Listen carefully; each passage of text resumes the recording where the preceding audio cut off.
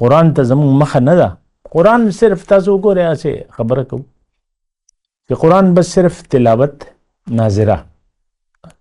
دا زمانم چې تاسو خپلو بچو ته بس قرآن ناظره چې لویږي نو تاسو رغم شي یاره دی به دلته به قاري صاحب راولو او که نه جومات ته ویلېږو. سکول کې خو دغه نشته ناظره. سرکاري نصاب کې ناظره قرآن شته نشته. اسلامیات دی هغه بس اخوا دېخوا خبرې دي، نور خو څه نشته په هغې کې.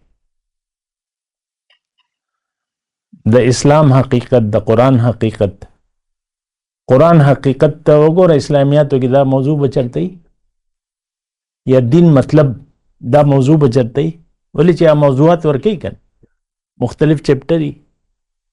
دې کې دا نشته چېرې دین څه د دې کائنات حقیقت، انسان حقیقت او دا هر څه په اسلامیاتو کې نشته. هغه عبادات دي او معاملات دي. عبادات هم موږ محدود کړي دي، حالانکه معاملات او عبادات څه جدا شی خو نه دی. معامله که د الله په حکم نو دا عبادت دی. رزق حلال سړی ګټي نو دا عبادت دی، او تا عبادت جدا کو. د دو چپټر دي عبادات او معاملات. دا عام لکه تاسو باورئ عبادت خو بس موږ دغه تسبیح والا منزل لاړ شه یا روجا یا زکات یا حج، بس دې نه علاوه بل اسلام زموږ څه اړو سمجھ کې نه راځي. نو دې باندې هم غور کول غواړي. او نن لکه چې کوم زه خبره کومه نو هغه دغه د چېره دا دین چې کوم دی زموږ دپاره څه د اهمیت خبره نه ده. مسلمان په کور کې موږ پیدا شوي او ځان ته مسلمان وایي،